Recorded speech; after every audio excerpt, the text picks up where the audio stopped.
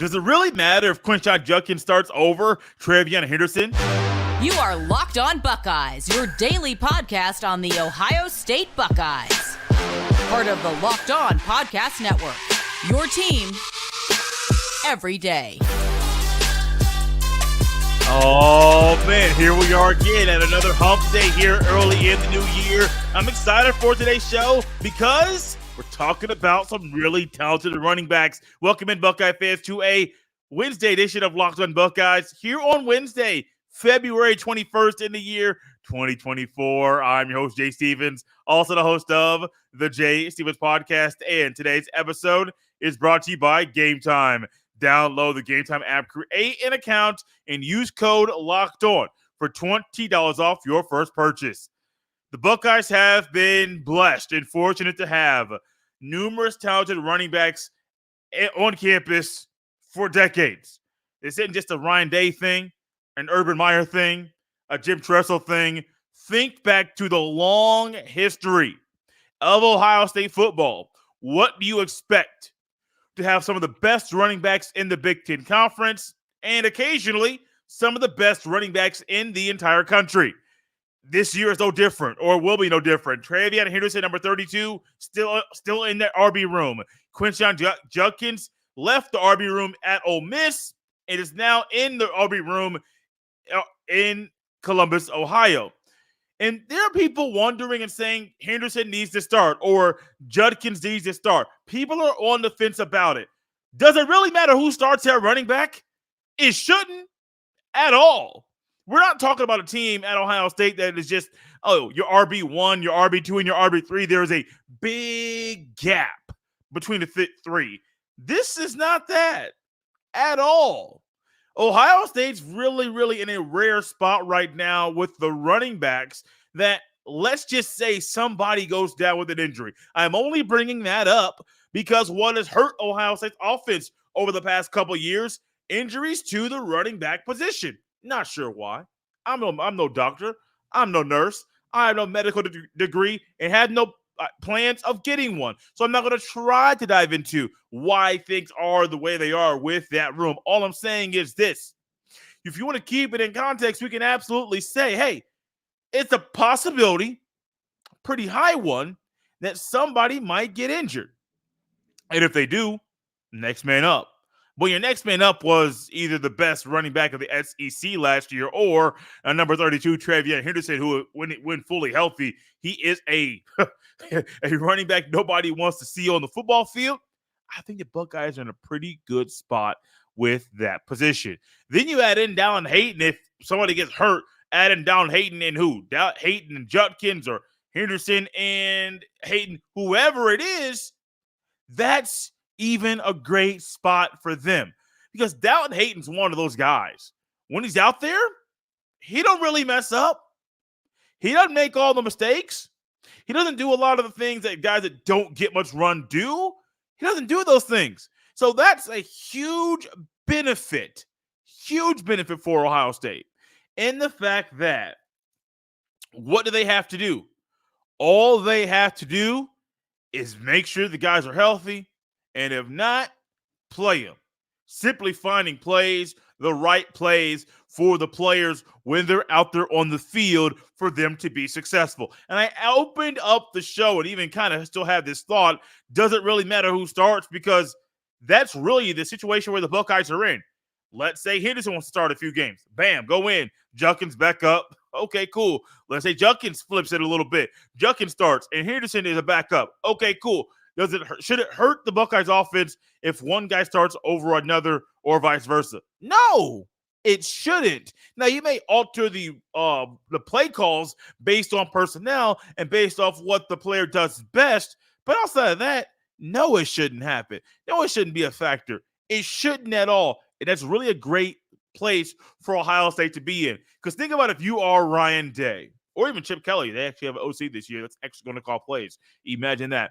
Think about if you are Ryan Day or Chip Kelly, and you are looking at this room and these players and simply saying, okay, they're good. Does it matter who starts? That is a question that I believe every offensive coordinator, every play caller, every person that is a head coach, you have to ask, if I don't start this guy, is the con so great that we have to put him on the field? If I do start someone else, how does it benefit me? How does it impact me positively or negatively? These are all things you have to take into account. But if I'm a new coach, I am Chip Kelly for a little bit. If I'm Chip Kelly, and I am walking into this Ohio State offensive meeting room for the very first time, and I see, oh, okay, I've watched film on that guy from Ole Miss. Didn't really play him, but he's good. Oh, I've seen Henderson, watched film on him. Didn't really play him. All of a sudden, wait, okay, he's really, really good. He's really, okay, better than advertised. Oh, okay, he's healthy. Oh, okay, better. Oh, fine. Hayden, oh, I've seen him a little bit, not as much film as Judkins and Henderson, but I know what he can do. We can tap into his skill set. We can find a way to get him on the field. So many weapons. It's exactly what every offensive coordinator, offensive play caller wants on their team. They want people that can simply just kind of be Swiss Army knives. Do this here, do that here. Basically, wherever you put them, they will flourish. That's exactly what they want. And that's what Ohio State's possibly going to get this year with the running back duo of Henderson and Judkins. Now, I know and I understand that when Henderson came to Ohio State, when he committed to the Buckeyes, knowing that him and Evan Pryor were in the same class, part of the reason they came to Ohio State together in that same recruiting class, being as highly recruited and ranked as they were, was partly because to save themselves and save their bodies for the National Football League. Less wear and tear in college, you're better prepared for the National Football League by some. Now, some guys still might need to need to have more run and need to have a little bit more practice before fully going to the National Football League. Because if you're trying to split carries, sometimes splitting carries is not the best way to prepare you for the next level. Sometimes it is. Sometimes the wear and tear on your body is actually needed just to prepare your body for the next level, because them boys hitting, them boys fast, them boys strong, them boys ain't normal. They are not normal at all. But yeah, this is exactly what Ohio State needs right now, especially this pivotal offseason that Ryan Day is in. You want to have all the firepower you can have. You want to make sure everybody there does a lot of great things to help you as a team. Judkins, Henderson, they both do a lot of similar things. They do things that are different. I don't really think it's going to matter if one starts over another. One thing I do think that will be a factor is if Ohio State uses a 3 running back system. Do they need to? I'll dive into that next on Locked On Buckeyes. This episode is brought to you by Gametime. Gametime is a fast and easy way to buy tickets for all the sports, music, comedy, and theater events near you. With killer last-minute deals, all-in prices, views from your seat, and their best price guarantee, Gametime takes guesswork out of buying tickets. See the view from your seat before you buy, so you know exactly what to expect when you arrive. All-in prices show your total up front, so you know you're getting a great deal before you check out. Buy tickets in seconds with only 2 taps. Take the guesswork out of buying tickets with Gametime. Terms apply. Just download the Gametime app and use code LOCKEDON for $20 off your first purchase. Once again, download the Gametime app. Use code LOCKEDON for $20 off your first purchase. Download Gametime today. Last minute tickets, lowest price guaranteed.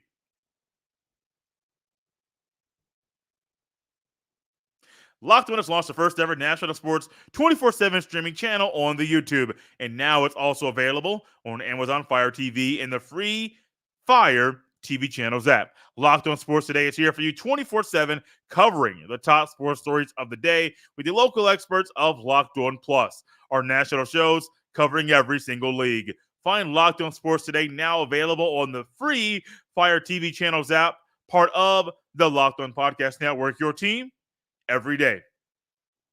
See, like every offseason, a fan base out there, college football, NFL, doesn't matter.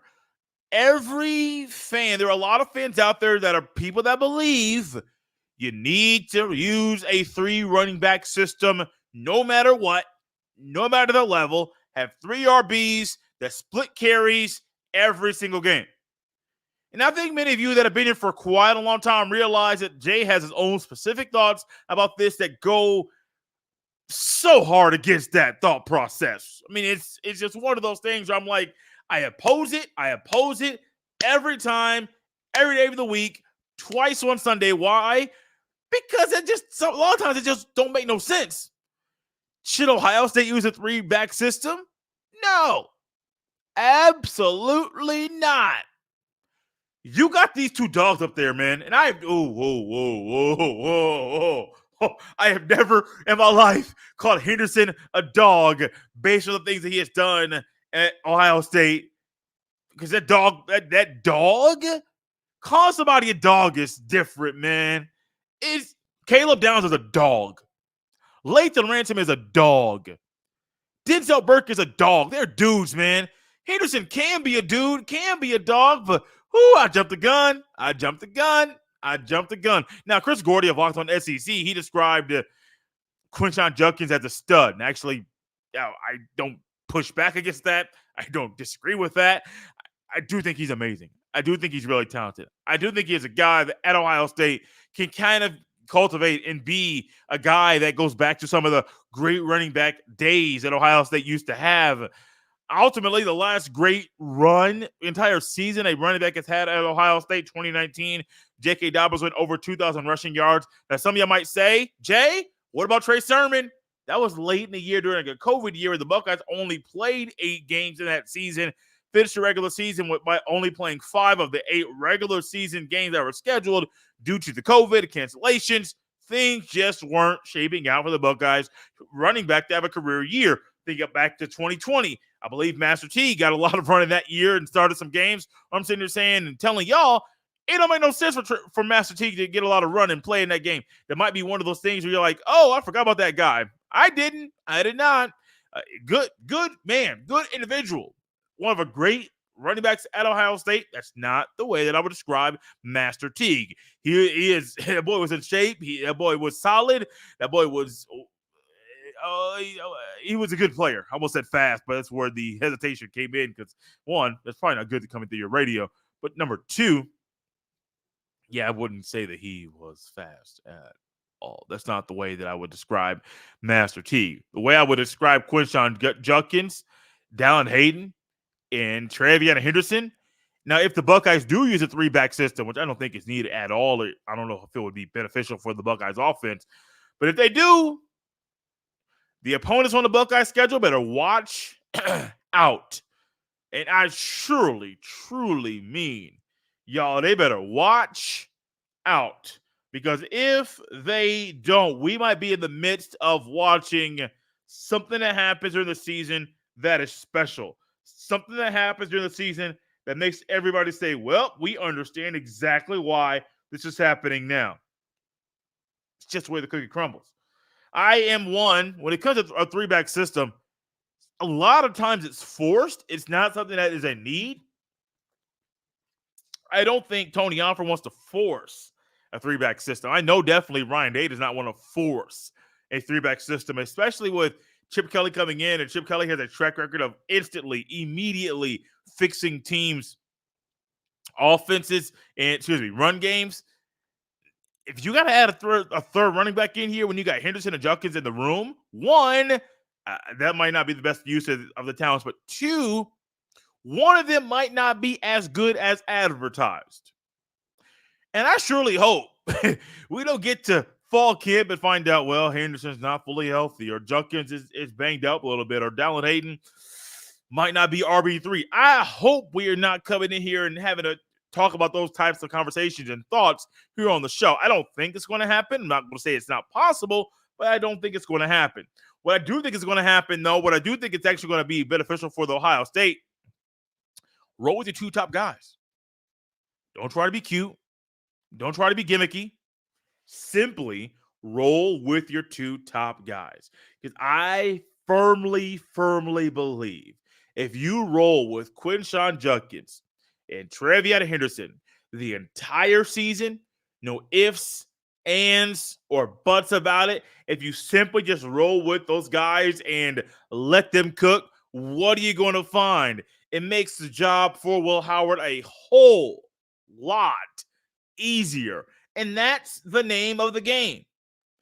QB1, any quarterback on the field, not just a starter, but any quarterback out there, you want to make sure that the players on the field, all 10 outside of the quarterback, that they're making the quarterback's job better. I mean, quarterback's only one of the 11 guys who's on the field at a given time.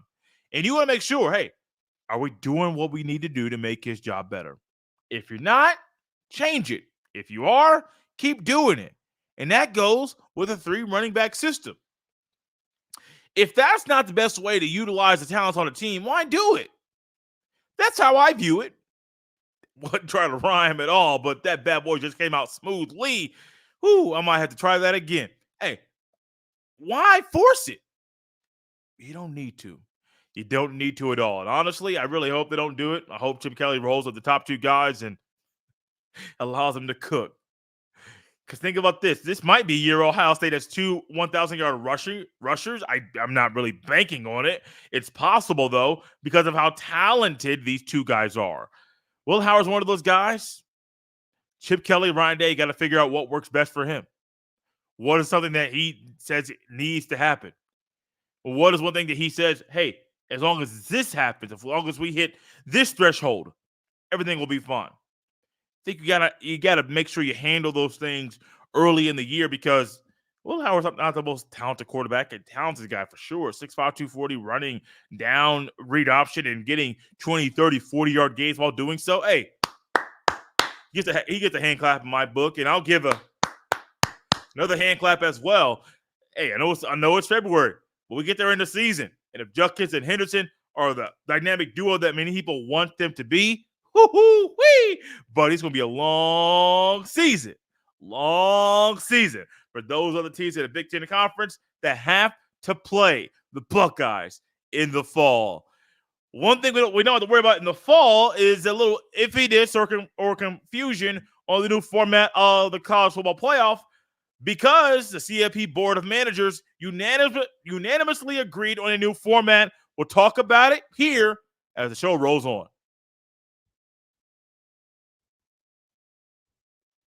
This episode is brought to you by FanDuel Sportsbook.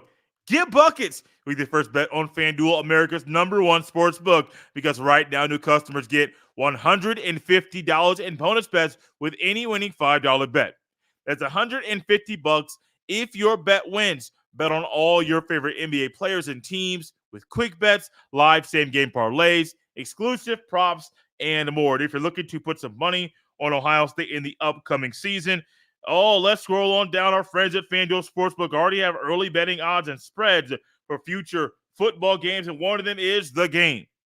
The Buckeyes host the Wolverines in the upcoming season. The current spread, the Buckeyes are 7-point favorites. If you want to hop on that right now, say Ohio State -7, they'll win by more than 7 points. So be it. Do it. And honestly, I wouldn't blame you. If the game was played today, I might have Ohio State 10+. Why? Because they're just that good. Visit FanDuel.com/LockedOn and make sure you shoot your shot. FanDuel, official sportsbook partner of the NBA. Thank you for making Locked On Buckeyes your first listen every single day. Make sure you check out Locked On Sports Today, the live stream, the feed, 24/7 streaming channel. Trust me, there's a lot of good stuff there. Yours truly has been on there before. There's a lot of good stuff there. As long as the good stuff that is there is going to be there forever, which it is, you need to check it out. Buckeyes, Cavaliers, Browns, Guardians, I almost said Indians, Guardians. Some of you might be Reds fans or Cubs fans, whatever it may be. Get a lot of that good stuff, especially with spring training right around the corner. Go over there. Get your baseball fix and be happy while doing so. The CFP Board of Managers recently unanimously voted on a new format for the 12-team playoff, which starts in the upcoming season. We talked recently about how ESPN had agreed to a new deal with the college football playoff, but that deal could not go into effect until the CFP agreed upon and voted on a new format, which happens now. It's amazing. It's amazing what happens when a report comes out of the money that a certain thing is going to get, and then when that thing is going to get the money can't do their own thing, do their own business.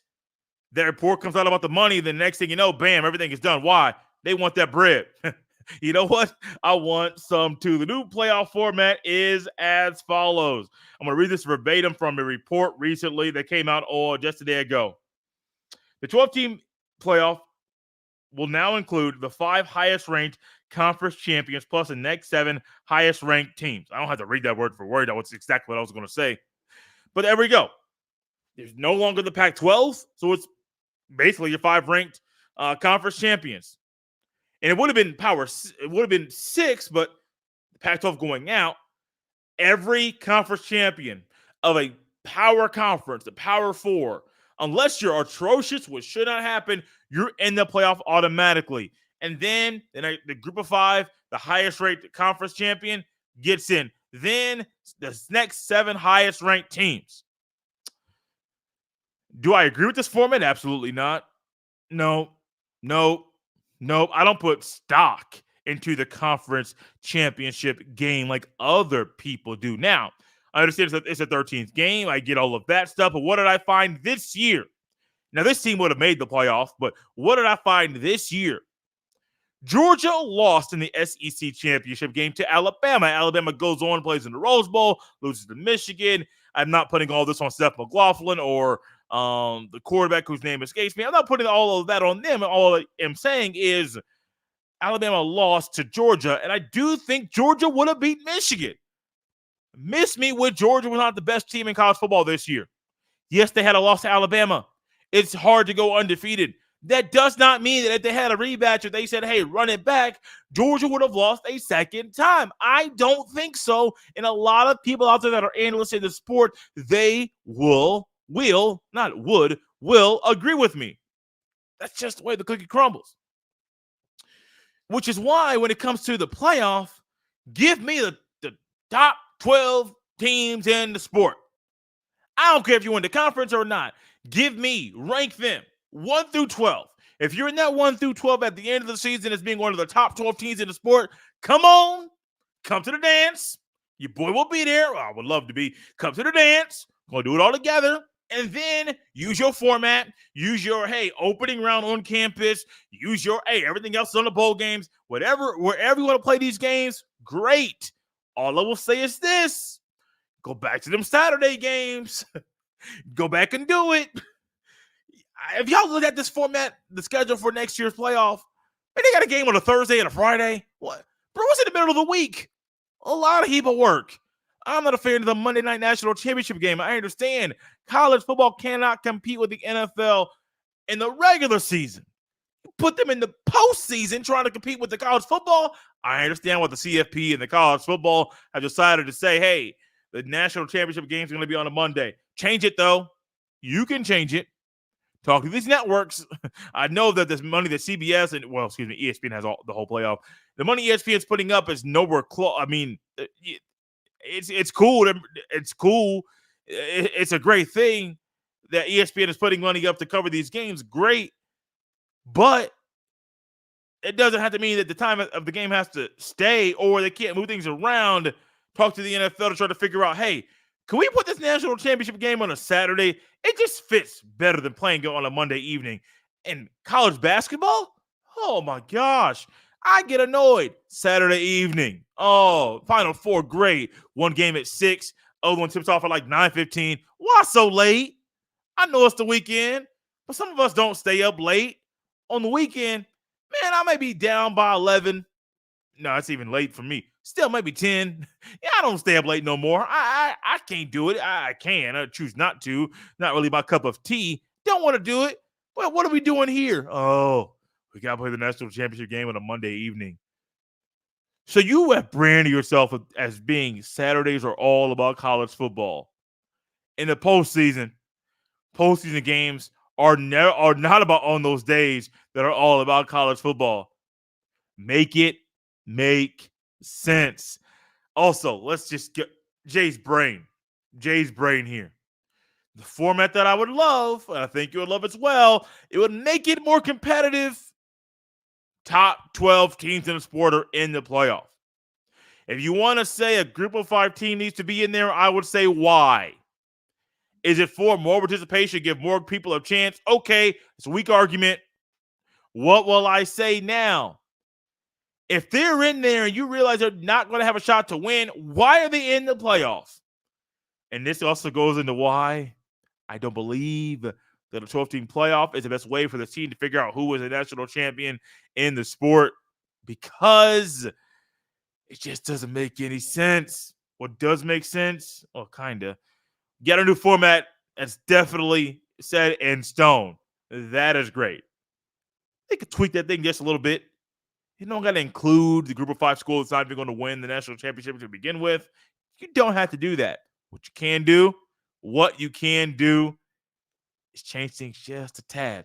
Next go around, maybe less teams, which I don't think it's going to happen, but just tweak it just a tad to accommodate everybody's sleep schedule. Guys, out of here on a Wednesday. You can follow me on X at jstevens07. You can send all of your emails to jstevens317 at gmail.com. We're out of here on a hump day, Buckeye fans. We will see you next time.